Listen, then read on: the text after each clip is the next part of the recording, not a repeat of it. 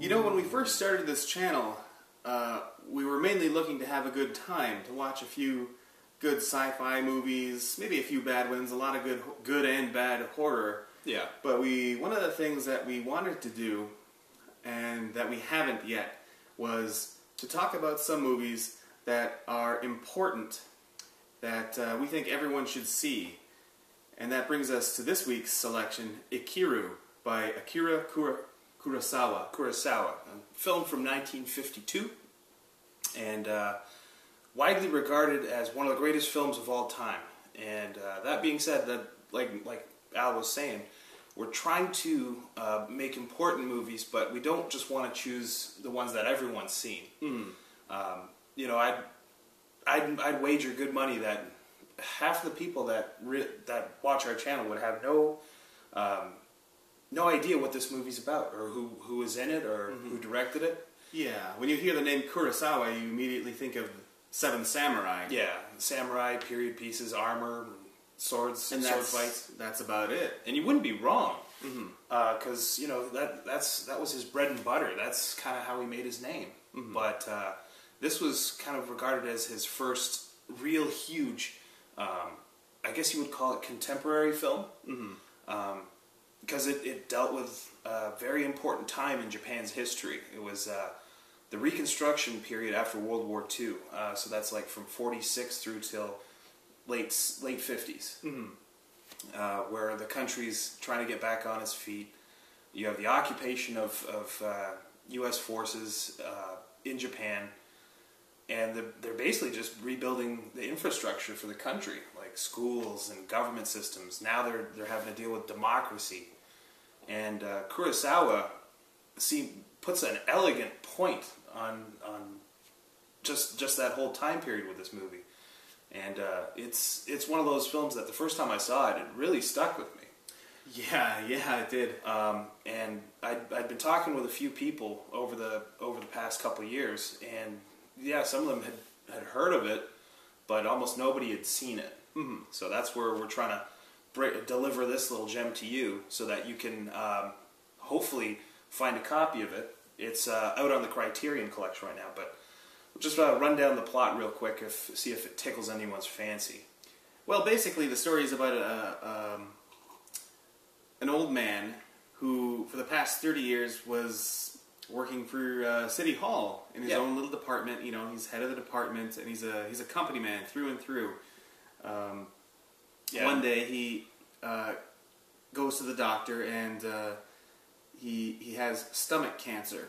Yeah, it's terminal. Yeah, it's terminal.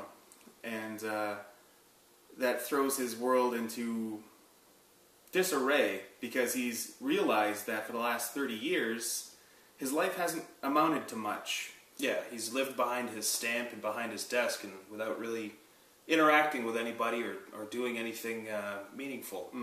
And the doctors gave him 6 months to live, and in those 6 months he wants to do something meaningful. Yeah, something that's important, that it's a personal thing he wants to do for himself. Something that lets him know I was here, sort of thing. And you know, even building a family wasn't to this guy's liking. He has a son, and his wife passed away when he was a very young little boy. But even with a family, he feels life is unfulfilled, and I found that was that's a very interesting subject for a film back in that era. And it's very, very tragic that even with that, he has a great job. He works for the government. Apparently it's an easy job. Yeah, it's an easy job, and he's saved up what amounts to a ton of cash. And he still feels like he's amounted to nothing. And I think that's a very relevant subject, you know, for anybody. Mm-hmm. Is this film revolves around the idea that upon hearing he's got 6 months to live, he's going to do his best to make his mark, and he decides to work the bureaucratic system to get a park for children built, and undo some of the damage. Like this park was apparently a cesspool, and Mm-hmm. just sewage and everything, and over 6 months he fights and works to build this park, Mm-hmm. and that's his goal. And boy, what an absolutely haunting movie. Yeah, I saw this, just once before. Mm-hmm. And this movie, at the time when I first saw it, I didn't really truly understand it because I couldn't really relate to it. But when you have a job, especially something you might consider beneath you or menial, you start resenting it. But then again, you start getting comfortable in it. Yeah. And it leads to a bunch of questions that, am I really wasting my time here? Could I actually be doing real work? Yeah, it's questions about the future. Like, it's not necessarily, not every job can have a future, like a lifetime career for everybody. Mm-hmm. But is what you're doing worth your effort, or can you be doing more? Can you be doing something better? Basically, do you have your priorities set? What are the actual priorities to life? Yeah. And the main character, Watanabe, upon hearing the news the doctor gave him, he first sets out and he finds a buddy to hang out with, that writer, an old poet, and they're going around drinking and having fun. Yeah, dancing with young girls and playing pachinko. And yeah, stuff like that. And I felt that he thought that was as equally unfulfilling as doing absolutely nothing at work. That's exactly it. He had to educate himself on what it was like to have emotions, essentially. Mm-hmm. It's as if he were looking at a pastiche of commercials and saying, "Well, this is what people who look like they're having fun are doing. Mm-hmm. So I'm going to do this." And then it still was just left in the same way, if not more depressed, because everyone was looking down on him for having a good time. And yeah, he shouldn't be having that much fun at this they this call age. it degenerate behavior. Yeah, and then he hangs out with one girl from his office, and he latches onto her because she seems to have life figured out, because she's always full of energy. Yeah, she's always smiling, always happy. Yeah, she seems so alive, and it comes down to it that he's simply jealous of her. Yeah, sort of jealous, and he wonders how people can have fun without work or without worry and concern and stuff like that. And then you can just see the layers start peeling back from this guy. He's like, well, I do have the biggest worry, is I'm going to die in 6 months. I think he kind of came to terms with that. Maybe a life well lived is a concerned life. Oh, sort of. I mean, if you have concerns, it means you care about stuff. And if your only concern is not dying, it's not that it's not a worthwhile thing to care about. But everyone always asks that question: is there anything you'd die for, and stuff like that? And it was turned on its head with this film, because now he's asking himself, what's worth living for? Because he could just shut down physically and mentally, and just live out the last months of his life without any real responsibility. It's kind of what he's been doing his whole life. Yeah. So there's both sides to that coin he's got, and they're very similar. But he decides to try and change one of the sides, and I like that. It's an absolutely uplifting movie if you're a pessimist. Yeah, I will agree with that, because I think I'm typically pessimistic in my own behavior. And, I always think pessimism is always edged with reason. And you just have to have the right reason, maybe. Yeah, and that's the thing is if you live your life around logic, a certain logic will come by that changes you. and it's the same with reasons to do anything. And that's kind of the life that this guy lived, was a life of pessimism. And how easy it would be to have that mindset coming out of World War II. Yeah. I mean, you've had two of the worst singular tragedies to any country dropped on you, literally just ruining the way of life. So it'd be very easy for anyone to sink into that. But no, it's great because this movie shows what happens when you just when you set your mind to things. That's that one quote that I like that he had is, or everyone was telling him it's impossible to do this in with your proposal. It can't be done. He says, well, nothing's impossible if you set your mind to it. And boy, it's such it's a cliched saying now, but there's a lot there. It just takes, like you said, the right reason, and you can do anything. And it's a wonderful, wonderful message in this movie. Takes the wind right out of you the first time you see it. Yeah, it does.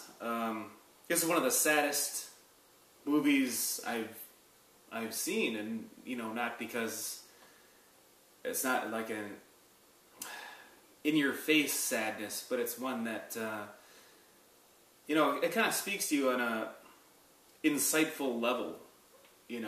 It does. And what I like is you said it's not. It doesn't beat you over the head with its message. It's very, very, what's the word I'm looking for? Very considered. Every step that this movie takes gives you enough time to think. And, there's good dialogue, a lot of funny moments, and a lot of very deep moments. But there's always, and one thing I loved about this is the sound in this movie is there's dead silence. It seems every 20 seconds, 30 seconds. So you have an exchange, 10 seconds to absorb it, and then you get 10 seconds of expressions, and then more dialogue. It's not a word heavy movie by any stretch, but it's got its moments. And I think technically the film is very, very inventive for what it was in 1952. Non-linear storylines, the visuals are beautiful. For a black and white film with the technology of the era, it looks great, and I loved the choices that they made to not cheat on sunsets and nighttime and stuff like that. A lot of times in older films, if it's nighttime, they choose late afternoon and kind of choose muted colors on everything just to insinuate it's nighttime. No, it's black as hell out there. But thankfully, the cityscape in Japan lights it up perfectly. I think they chose some wonderful locales, great cast. Can't complain about it, and the music. Yeah, especially that one scene at the start of the film. Yeah, just open with that. Yeah, that we just opened with. That was incredibly moving. I watched this film in university because I at the time I wanted to go to film school and I wanted to be a director and all that sort of stuff. But really, it was just easy credits. But I remember that when that scene hit, I didn't burst into tears, but it felt like I had somebody sitting on my chest for the whole time he was singing that song. And no, it's just an amazing moment and an amazing scene that was very well choreographed. There's no wasted motion in that scene. No, it was absolutely beautiful. And yeah, it's a wonderful song called Gondola no Uta.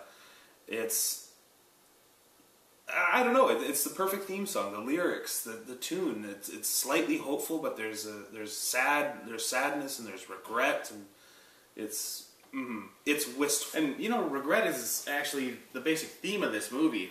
Oh yeah, because this Watanabe, he regrets all of his choices. How foolish I've been for these past 30 years, and it kind of culminates at that final scene in the wake where Watanabe has passed on from his illness, and all of his co-workers are there, and they he kind of becomes a hero.